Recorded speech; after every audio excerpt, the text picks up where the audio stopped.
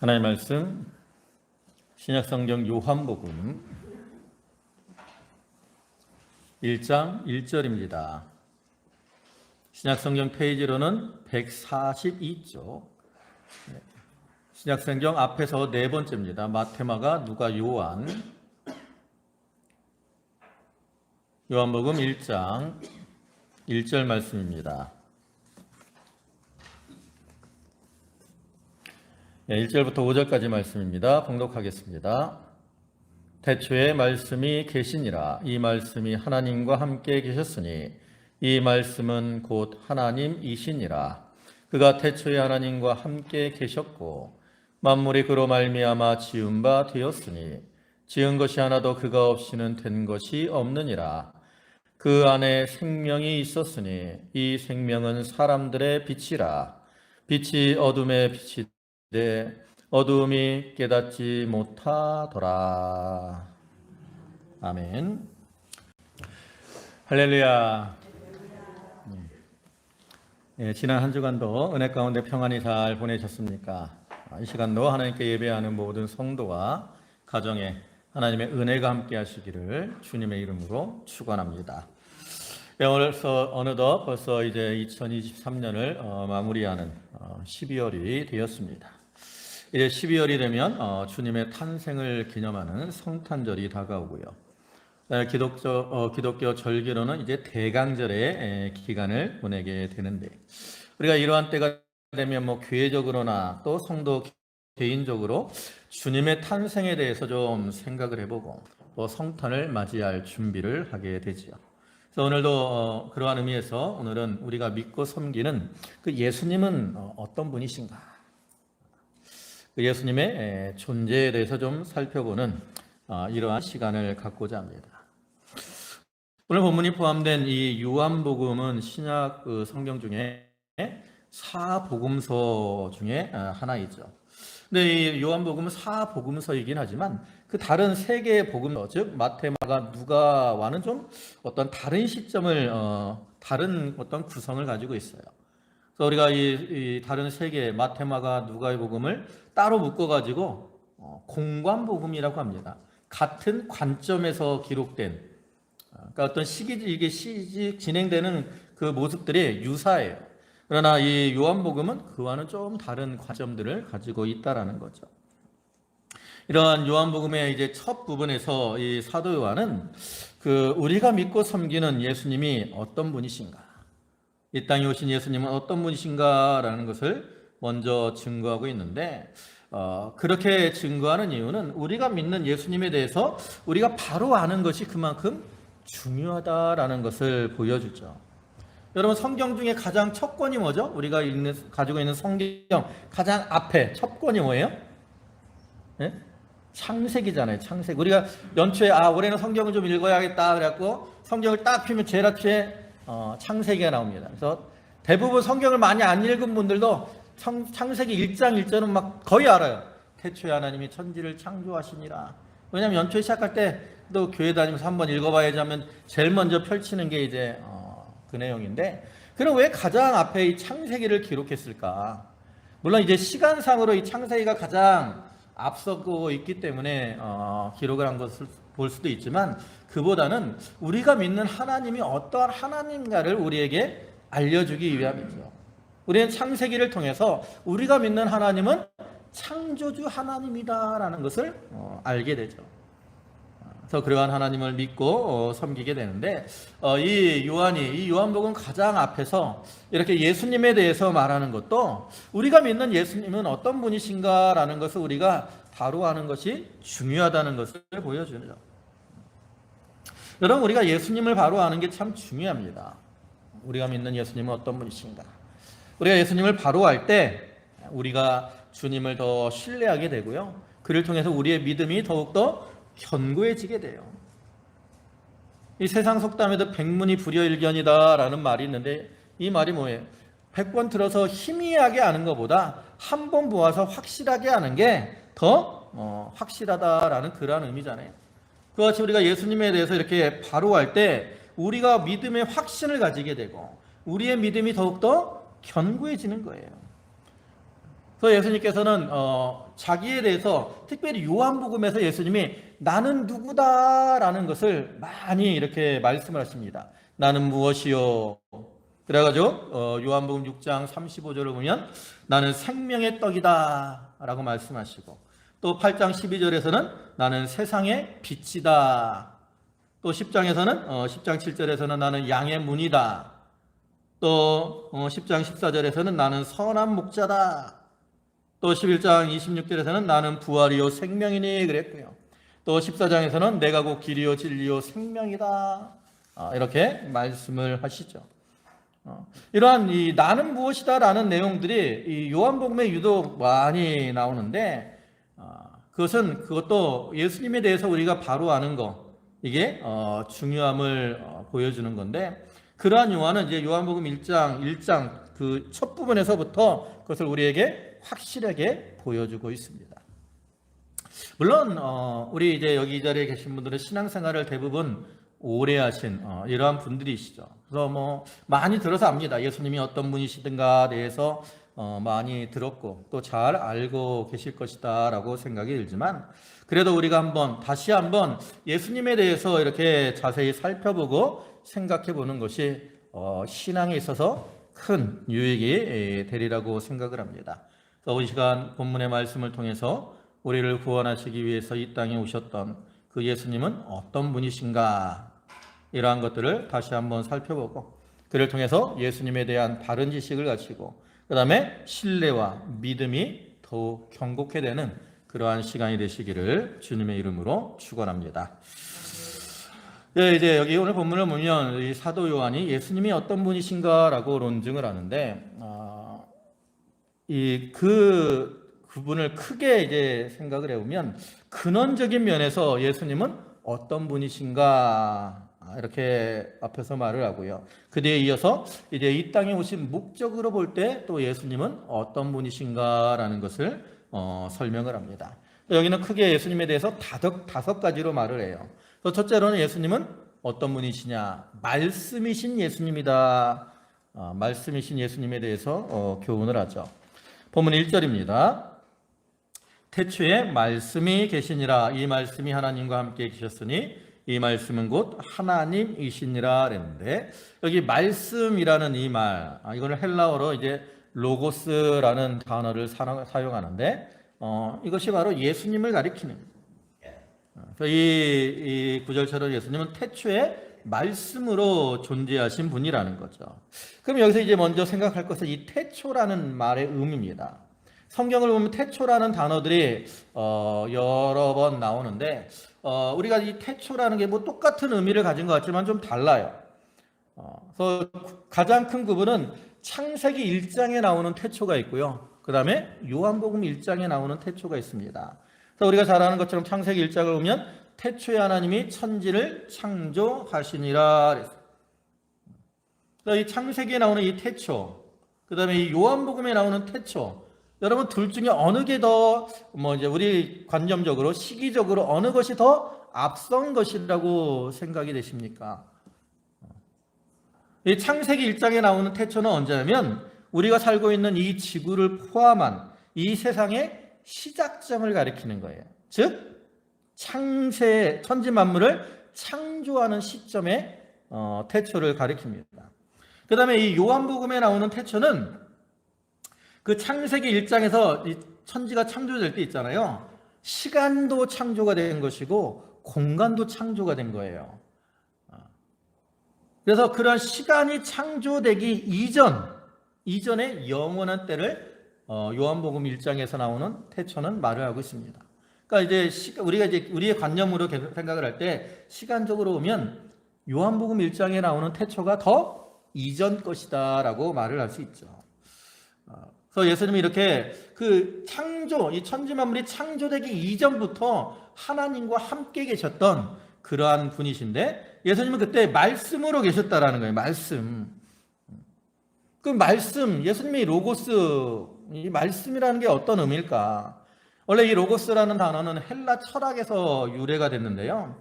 이 헬라 철학자들에게 이 로고스라는 말은 단어를 표현하면 현상계 안에 내재되어 있는 만물의 원리 또는 이성에 근거한 언약 이러한 개념으로 사용이 되었어요. 근데 이제 우리가 이것을 성경에서는 그 천지 만물을 말씀으로 지으시고 또 인간의 우주와 인생의 법을 세우시고 계시로 선언하시는 계시를 나타내 보이시는 그러한 하나님의 말씀을 상징하는 단어로 사용이 되었고 궁극적으로 결과적으로 이제 예수님을 나타내는 이러한 말이 된 거죠. 그럼 이제 왜 예수님을 말씀이다라고 말을 하느냐? 그 이유를 이제 좀 간략하게 생각을 해보면 첫째로는 예수님이 말씀이신 이유는 하나님과 하나님의 뜻을 알려주시는 분이시기 때문에 그렇습니다.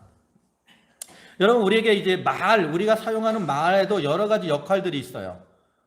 그 중에 말의 역할 중에 첫 번째는 뭐냐면 그 뜻을 알려주는 겁니다. 무슨 의미를 가지고 있는가. 그래서 우리가 말을 함으로써 그 말을 통해서 그 사람의 뜻을 알게 되죠. 어떤 생각을 가지고 있는지, 어떤 의도로 이러한 일들을 하는지 말을 통해서 알게 되죠. 뭐 예를 들면 집에서, 가정에서 내가 저희 집사람이나 우리 애들을 사랑해요. 그럼 그 사랑하는 것을 대표적으로 뭐로 표현을 해요? 말로 표현하는 거예요. 뭐 다른 행동으로도 나타낼 수 있지만 말로 이렇게 표현할 때 가장 확실하게 드러나게 되는 거죠. 그와 같이 예수님께서도 우리에게 대한 그런 하나님의 뜻을 분명하게 알려주시는 이러한 분이시기 때문에 예수님을 말씀이다라고 하는 거죠. 여러분 하나님이 우리를 사랑하신다 그러죠. 하나님이 우리를 사랑하십니다. 그럼 우리가 하나님의 사랑을 어떻게 알아요? 예수님을 통해서 하나님이 그걸 보여주셨습니다. 그래서 요한일서 4장 9절을 보면 하나님의 사랑이 우리에게 이렇게 나타난 바 되었으니 하나님이 자기의 독생자를 세상에 보내심은 그로 말미암아 우리를 살리려 하심이라 그랬습니다. 하나님의 사랑이 이렇게 나타난 바 되었어요. 그게 뭐예요? 하나님의 독생자를 보내셔서 우리를 살리려고 하셨다. 그것이 바로 하나님의 사랑이다. 그러니까 예수님이 이 땅에 오셔서 십자가를 지심으로 우리를 살려주신 것은 무엇을 보여준 거예요? 하나님이 내가 너희를 사랑한다라는 하나님의 뜻을 보여주신 겁니다. 또한 요한복음 5장 8절에서도 이렇게 말씀을 하죠. 우리가 아직 죄인 되었을 때에 그리스도께서 우리를 위하여 죽으심으로 하나님께서 우리에 대한 자기의 사랑을 확증하셨느니라. 예수님이 이 땅에 오셔서 십자가를 지고 죽으셨어요. 누구를 위해서? 우리를 위해서. 근데 그러하신 주님의 이 십자가의 죽음은 바로 하나님이 우리를 사랑해 주시는 것에 대한 확실한 증거라는 거죠. 확증해 주셨다. 그래서 우리가 이러한 그 주님의 이 십자가 구속을 통해서 하나님이 나를 사랑해 주시는 거라는 것을 확실하게 깨닫게 된다라는 거죠. 이런 하나님의 뜻을 우리에게 보여주시는 분이시기 때문에 예수님을 말씀이다라고 표현하는 거예요. 또 예수님이 말씀이라고 하는 또 다른 이유는 뭐냐면 예수님은 하나님의 뜻을 성취하시는 분이시기 때문에 그렇습니다. 여러분 말도 보면 이 말의 역할 중에 하나가 그 뜻을 성취하는 거, 이루는 거. 대표적인 게 뭐예요? 판사가 이제 쭉 판결을 하죠. 그리고 말을 쭉 한 다음에 마지막으로 이제 그 판사복으로 땅땅땅 때리면 그 사람의 어떤 죄인에 대한 처벌이 확정이 되는 거예요. 말한 것이 확정이 되죠.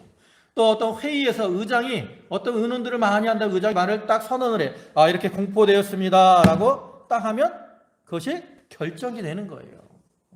그와 같이 말이라는 것은 어떤 것을 선언하고 결정하는 그런 역할이 있는데 그와 같이 예수님도 이 땅에 오셔서 우리에게 대한 하나님의 뜻을 성취해 주셨습니다. 예수님이 이 땅에 오신 것은 하나님의 뜻을 이루시기 위함이죠. 그래서 예수님도 친히 이렇게 말씀하셨어요. 요한복음 4장 34절을 보면 예수께서 이르시되 나의 양식은 나를 보내신 이의 뜻을 행하며 그의 일을 온전히 이루는 이것이니라. 예수님은 자기를 보내신 하나님의 뜻을 행하고 그 일을 이루는 것을 가장 중요하게 생각하셨다라는 거죠. 그러면 우리에 대한 하나님의 뜻이 뭐예요? 성경을 보면 성경을 관통하는 하나님의 뜻이 있습니다. 그럼 성경을 관통하는 하나님의 뜻이 뭐예요? 바로 하나님의 택한 백성을 구원하는 거죠. 여러분, 구약 성경에 나타난 이러한 예들을 통해서 하나님이 이스라엘 백성들을 구원하시고 인도하시고 그러한 모습들을 통해서 오늘날 택한 하나님의 백성들을 구원하시고 인도하시는 그러한 하나님의 모습을 보여주는 거죠. 하나님께서는 창세전에 우리에 대한 구원을 계획하셨고 예정하셨습니다. 그리고 이제 그 구원 계획들을 이루어 나가시는데, 그럼 어떻게 그 일을 이루어 나가셨어요? 바로 예수 그리스도를 세상에 보내셨고 그리스도를 통해서 그것을 이루어 나가셨습니다. 다시 말해서 예수님이 이 세상에 오셔서 우리의 죄를 담당하시고 십자가에 죽으시고 또 다시 사흘 만에 부활하심으로 우리의 구원을 완성하셨고요. 또 장차 주님이 재림하셔서 그때가 되면 우리 몸의 이 구원도 완성이 되고 또 만물 구원을 이루어 나가시는데, 이렇게 예수님이 이 땅에 오셔서 하나님의 구원의 뜻을 성취해 나가신 거예요. 그렇기 때문에 예수님을 말씀이다라고 말하는 거죠. 세 번째로 예수님을 말씀이다라고 하는 것은 예수님을 통해서 우리가 하나님과 교통하고 교제하게 되기 때문에 그렇습니다. 이 말의 역할 중에 또 중요한 게 뭐예요? 상호 간의 어떤 교통, 교제하는 그런 역할을 하잖아요. 사람과 사람 사이에 무엇으로 소통을 해요? 말로 하는 겁니다. 말로. 대화를 통해서.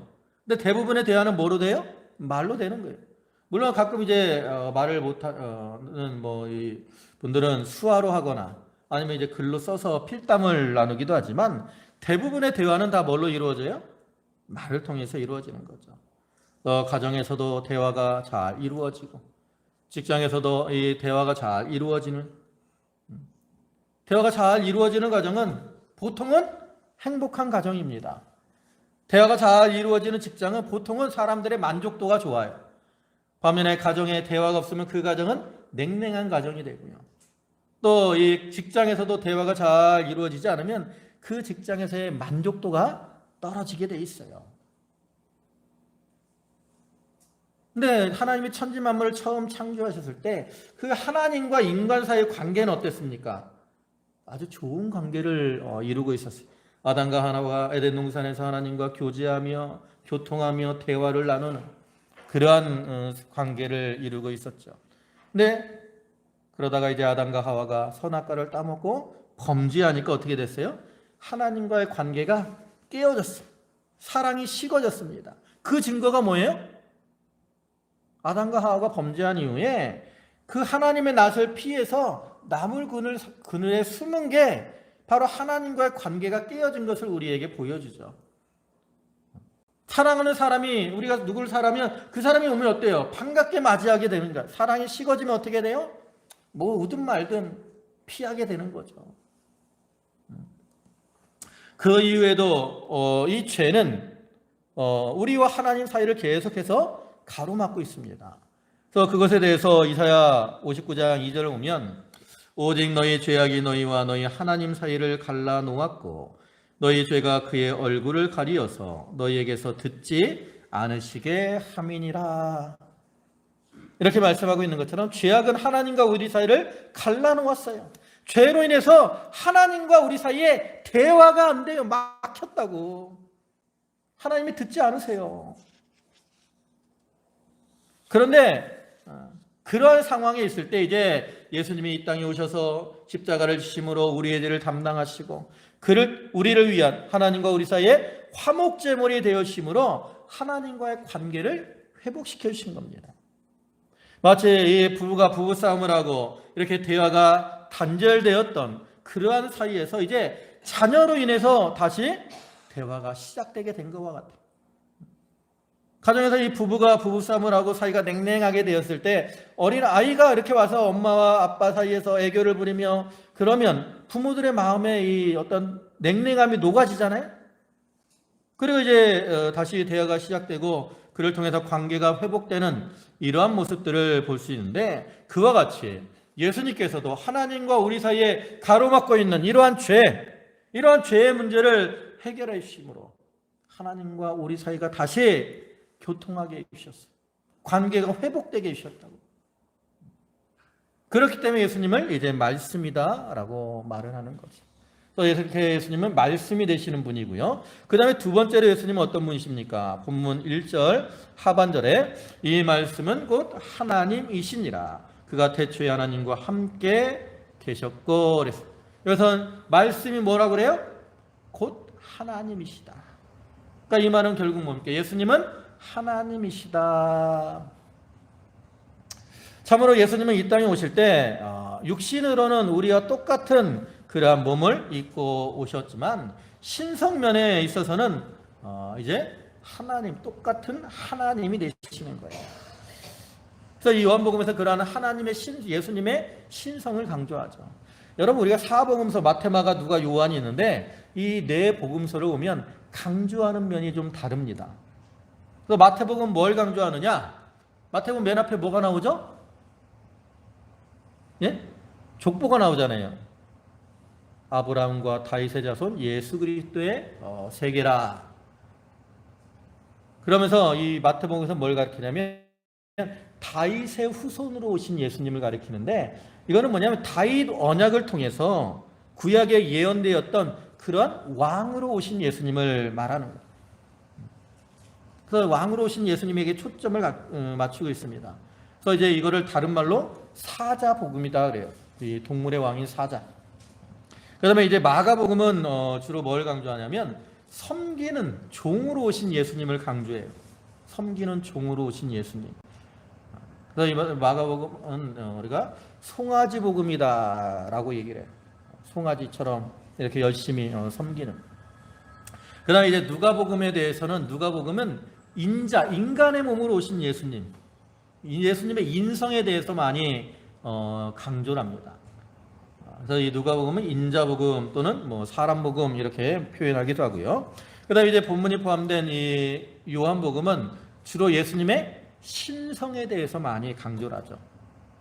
그래서 예수님의 이 영광된 부활, 권능, 영적인 면 이런 것들을 많이 강조해요. 그럼 예수님 이 요한복음 무슨 복음이라고 할까요? 예? 여러분 요한계시록 보면 4대 동물이 나와요. 4대 동물. 네 생물이 나오는데 그 얼굴이 하나는 사자 같고, 하나는 송아지 같고, 하나는 사람의 얼굴 같고, 또 하나는 독수리의 얼굴 같아요. 독수리. 그래서 이 요한복음은 독수리 복음이다 라고 말을 하죠.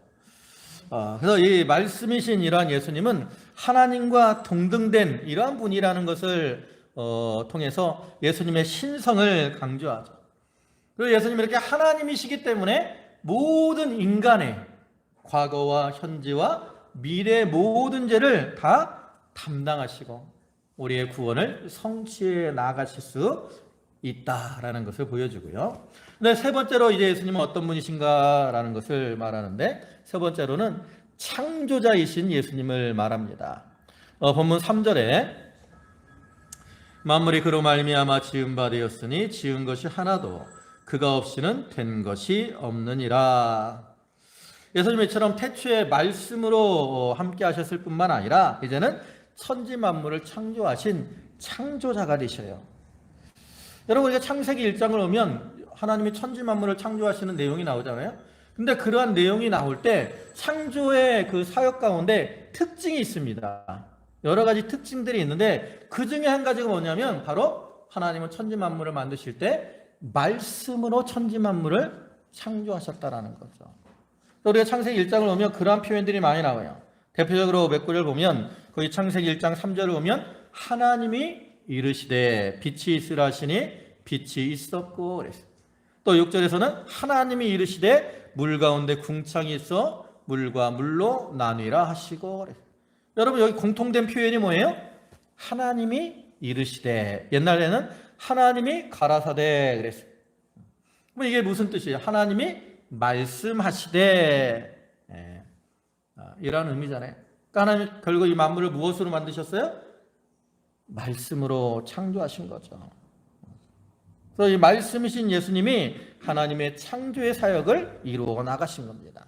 그래서 이러한 예수님의 창조 사역에 대해서는 이제 솔로몬이 잠언에서 좀 더 구체적으로 이렇게 묘사를 했습니다.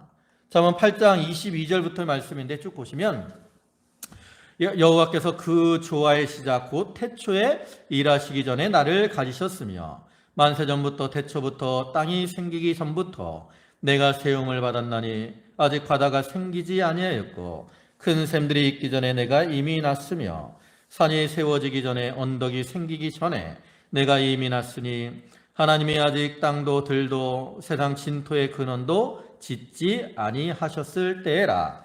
그가 하늘을 지으시며 궁창을 해면에 두르실 때에 내가 거기 있었고 그가 위로 구름 하늘을 견고하게 하시며 바다의 샘들을 힘있게 하시며 바다의 한계를 정하여 물이 명령을 거스리지 못하게 하시며 또 땅의 기초를 정하실 때에 내가 그 곁에 있어서 창조자가 되어 날마다 그의 기뻐하신 바가 되었으며 항상 그 앞에서 즐거워하였으며 사람이 거처할 땅에서 즐거워하며 인자들을 기뻐하였느니라.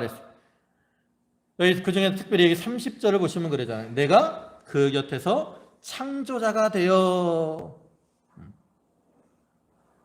이와 같이 예수님은 말씀으로 하나님과 함께 하시며 창조자로서의 창조의 사역을 감당해 나아가신 거죠. 그러면 이제 예수님이 이렇게 창조자가 되신다라는 것은 무엇을 의미할까? 이것도 몇 가지 간단하게 보면 첫째로는 능력이 무한하신다라는 거예요. 능력이 무한하시다. 천지만물을 만드신 하나님은 능력이 무한하신 하나님입니다. 그와 같이 창조자가 되시는 예수님도 능력이 무한하셔요. 그러한 능력으로 능히 우리의 모든 죄를 담당하시고 우리를 구원하실 수가 있는 거죠. 또한 예수님이 창조자가 되신다라는 것은 우리의 처지와 형편을 가장 잘 아신다라는 거예요. 여러분 어떤 물건이든지 그 물건에 대해서는 만든 사람이 가장 잘합니다. 아무리 훌륭한 기술자나 또 지혜로운 사람이라도 그것을 만든 사람보다는 더 잘할 수가 없어요. 그와 같이 예수님은 우리를 창조하신, 우리를 만드신 분이시기 때문에 우리에 대해서 가장 잘 알아요. 우리의 심령의 상태, 우리의 형편, 또 우리의 연약함, 부족함 이런 거 잘 아십니다. 그리고 우리의 연약함과 부족함을 잘 아시기 때문에 어떻게 해요? 우리를 긍휼히 여기시고 동정해 주시죠. 그래서 히브리서 4장 15절을 보면 우리에게 있는 대제사장은 우리의 연약함을 동정하지 못하실 리가 아니요. 그래서 예수님 우리의 연약함을 다 동정하실 수 있다라는 거죠. 체휼하신다라고 옛날 성경에 표현했는데 우리에 대해서 다 알기 때문에 우리를 불쌍히 여기신다. 긍휼히 여기시고 우리가 잘못된 길로 나가더라도 참아주시는 거예요. 또한 우리의 연약함을 아시기 때문에 어떻게 해요? 예수님은 우리를 위해서 기도로 도와주십니다.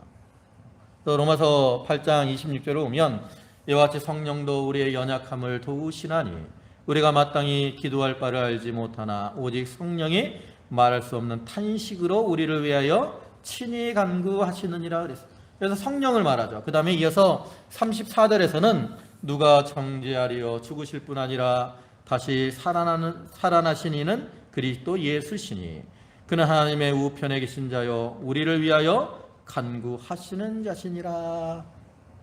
이렇게 우리의 연약함을 아시는 주님께서는 성령으로도 우리를 위해서 간구해 주시고 예수님께서 친히 하나님 우편에서 우리를 위해서 간구해 주시는 거예요. 그다음에 또 예수님이 창조주가 되신다라는 말의 또 한 가지 의미는 뭐냐면 우리의 구원을 통해서 재창조의 사역을 이루어 나가시는 분이심을 의미합니다. 여러분 예수님께서는 죄로 죽었던 우리를 이렇게 다시 살려서 그 예수님의 구원 사역은 다시 말하면 죽었던 우리를 살려서 새 생명으로 살아가게 하는 재창조의 사역이라고 할 수 있어요.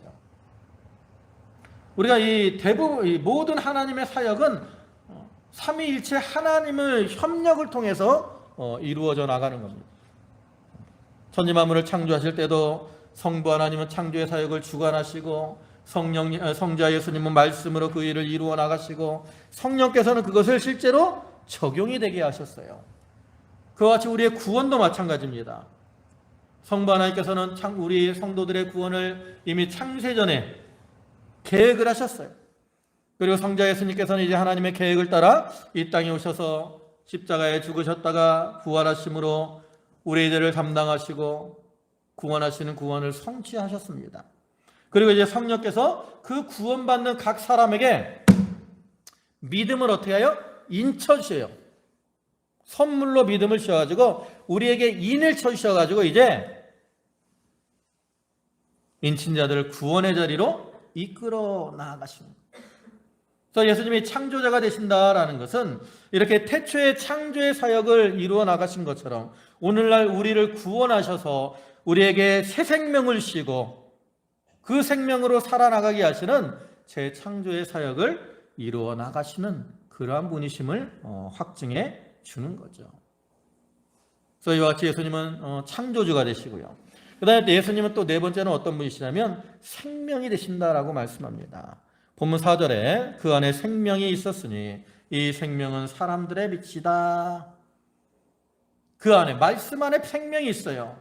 예수님 안에 생명이 있다라는 것은 예수님이 생명의 근원이 되시고 생명의 창조자가 되심을 의미합니다. 여러분 우리가 창세기 말씀을 보면 하나님이 이제 아담과 하와를 창조하신 다음에 그들에게 선악과를 통해서 명령을 하실 때 뭐라 그랬어요? 선악과를 먹으면 정령 죽으리라 그랬어요. 그러면 우리가 성경을 보면 아담과 하와가 선악과를 먹었으면 죽었습니까? 아니에요. 여러분 그 아담이 몇 세까지 산 줄 아세요? 창세기 5장을 보면 아담은 930세를 살았습니다. 오랜 시간을 살았다고. 선악과를 먹으면 죽는다 그랬는데 이렇게 오래 살았어요. 이게 뭘 의미합니까? 여기서 죽는다는 것은 육신의 죽음, 결과적으로 육신도 죽게 되지만 그거보다는 하나님과의 단절을 의미하는 거예요. 우리 영혼은 하나님과 연결이 되어 있을 때 생명을 얻습니다. 왜냐하면 하나님이 생명의 근원이 되시기 때문에.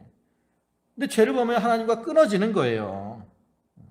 그리고 그 이외에도 아담의 후손들은 다 죄가 유전되기 때문에 이렇게 하나님과 단절된 죽은 상태로 이 땅에 오는 거죠. 그런데 예수님께서 이제 생명의 근원 되시는 이러한 예수님이 이 땅에 오셔서 우리 죄를 지시고 십자가에 죽으셨다가 사흘 만에 부활하심으로 구원을 완성하셨고 그러한 예수 그리스도의 십자가와 부활을 믿는 우리의 영혼이 이제는 다시금 생명의 근원되는 예수님과 어떻게 됐어요? 연합이 됐어요. 연합. 그래서 우리가 이제 새 생명을 얻게 되는 거죠. 그래서 우리가 잘 아는 요한복음 15장을 보면 포도나무와 비유, 그 가지 비유에 말씀할 때 거기 보면 나는 포도나무여 너희는 가지라 그가 내 안에 내가 그 안에 거하면 사람이 열매를 많이 맺나니. 여러분 여기 그 안에 하나님과 우리가 주님과 연합이 되면 무엇을 얻어요? 생명을 얻어요. 그렇기 때문에 여기 보면 그러죠. 사람이 열매를 많이 맺나니 그랬어요. 여러분 사람이 열매를 맺는다는 게 뭐예요? 죽었다는 거예요? 살았다라는 거예요? 살아있다라는 거죠. 죽은 나무는 열매를 못 맺어요. 살아있다라는 거죠. 그래서 예수님은 우리에게 생명을 주시려고 이 땅에 오신 생명의 근원이 되시는 거고. 그 다음에 마지막으로 예수님은 어떤 분이십니까? 거기 5절에 4절 끝에 보면 이 생명은 사람들의 빛이라 빛이 어둠에 비치되 어둠이 깨닫지 못하더라. 예수님은 또 이 땅에 무엇으로 오셨어요? 빛으로 오셨어요. 빛으로. 여기서 말하는 빛은 이 달빛이나 별빛처럼 반사하는 그러한 빛도 아니고요. 그 다음에 이렇게 어떤 등불이나 횃불처럼 인위적인 그러한 빛을 가리키는 게 아니라 태양처럼 자체적으로 발산하는 이러한 빛을 의미하는 것으로서 예수님이 빛이다라고 하시는 말씀은 예수님은 빛의 근원이 되신다라는 것을 의미합니다. 그럼 중요한 거, 예수님 왜 이 세상에 빛으로 오셨을까? 여러분 왜 예수님이 이 땅에 빛으로 오셨어요? 세상이 어둡기 때문에. 세상이 어때요? 어두워요. 무엇 때문에? 죄로 인해서 어두워졌어요. 그래서 우리에게 빛을 주셔서 이제 우리를 어둠에서 건져주시는 겁니다. 또 요한복음 8장 12절 오면 예수께서 또 말씀하여 이르시되 나는 세상의 빛이니 나를 따르는 자는 어둠에 다니지 아니하고 생명의 빛을 얻느니라 그랬어요. 우리가 이 아담의 범죄 이후로 모든 이 인류는 죄로 인해서 빛을 잃어버렸어요. 어둠에 처하고 어두운 가운데 고통을 당하며 살아가는 거예요. 아담과 하와가 범죄한 후에 어디를 들어갔어요? 나무 그늘 어두운 가운데 찾아간 것처럼 우리도 죄 가운데서 흑암 가운데 고통을 당하며 살아가고 있다는 거죠. 그런 우리를 불쌍히 여기셔서 예수님이 우리에게 그 어두움에서 우리를 건져내시기 위해서 빛으로 오신 겁니다. 근데 또 예수님이 빛으로 오신 또 다른 한 가지 이유는 뭐냐면 냉랭한 우리의 심령을 따뜻하게 회복시켜 주시기 위함이에요. 여러분, 빛은 있잖아요. 그냥 단순히 빛만 있는 게 아니고요. 거기서 또 뭐가 발산이 돼요? 열이 발산이 되죠. 뭐 이런 전등들도 오래 켜놓으면 거기서 열이 납니다. 여러분, 태양 열이 얼마나, 태양 표면 온도가 어느 정도 된다 그래? 5800K 정도 된다 그래요. 그러니까 실제 온도로 섭씨로 하면 한 6000도가 넘는 거예요. 6000도. 그래서 태양이 이렇게 오래 비치는, 태양과 가까워지고 빛이 오래 비치는 여름에는 더워요. 그 열 때문에. 태양에서 멀어지고 햇빛이 덜 비치는 겨울이 되면 추워지는 거죠.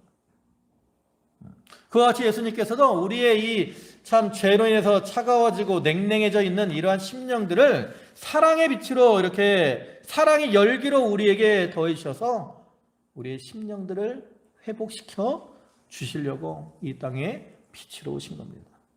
그래서 우리는 그러한 주님의 사랑의 빛, 사랑의 열기를 받은 자들로서 이제 심령의 어떠한 사랑을 회복하고 그 사랑을 증거하는 자들이 되어야 되는 거죠.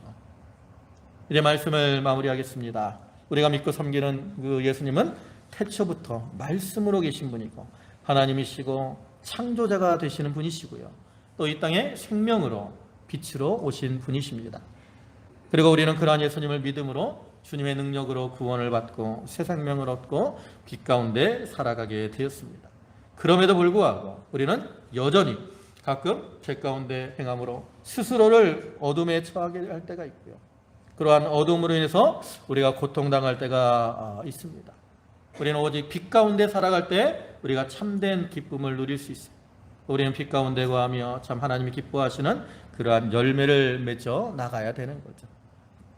이제 주님의 탄생을 기념하는 성탄절이 다가오는데 우리가 이러한 그 예수님, 이 땅에 오신 예수님에 대해서 바로 알고 이제 전함으로 많은 사람들을 빛으로 생명으로 인도하는 그러한 성도들이 되도록 해야 되겠습니다. 이러한 은혜와 기쁨이 모든 성도와 함께 하시기를 주님의 이름으로 축원합니다. 아멘. 기도하시겠습니다. 전능하신 주님, 태초의 말씀으로 계시면서 또 하나님으로 창조주로서의 사역을 감당하시고 또 이 땅에 생명으로 빛으로 오신 주님, 그 은혜와 사랑에 감사를 드립니다. 우리가 주님으로 인해서 이제 생명을 얻었고 주님으로 인해서 어둠에서 벗어나 빛 가운데 거하며 또 우리의 냉랭하던 심령이 회복이 되었사오니 아버지 하나님, 저희가 그러한 빛 되시고 생명 되시는 주님을 널리 증거하는 삶을 살아가게 해 주시옵소서. 주여, 이제 주님의 탄생을 기념하는 성탄절이 다가옵니다. 우리가 이러한 성탄의 절기를 맞아서 세상 사람들과 같이 육신의 즐거움을 추구하는 자들이 되지 않게 하시고 주님의 탄생을 다시 한번 그 의미를 생각해 보며 아버지 하나님, 주님의 탄생을 널리 증거하여서 그 어두운 가운데 죽어가는 심령들을 아버지 하나님 빛으로 생명으로 인도하는 삶을 살게 하여 주시옵소서. 아버지 하나님, 오늘도 귀한 주의를 허락하시고 불러주심에 감사를 드립니다.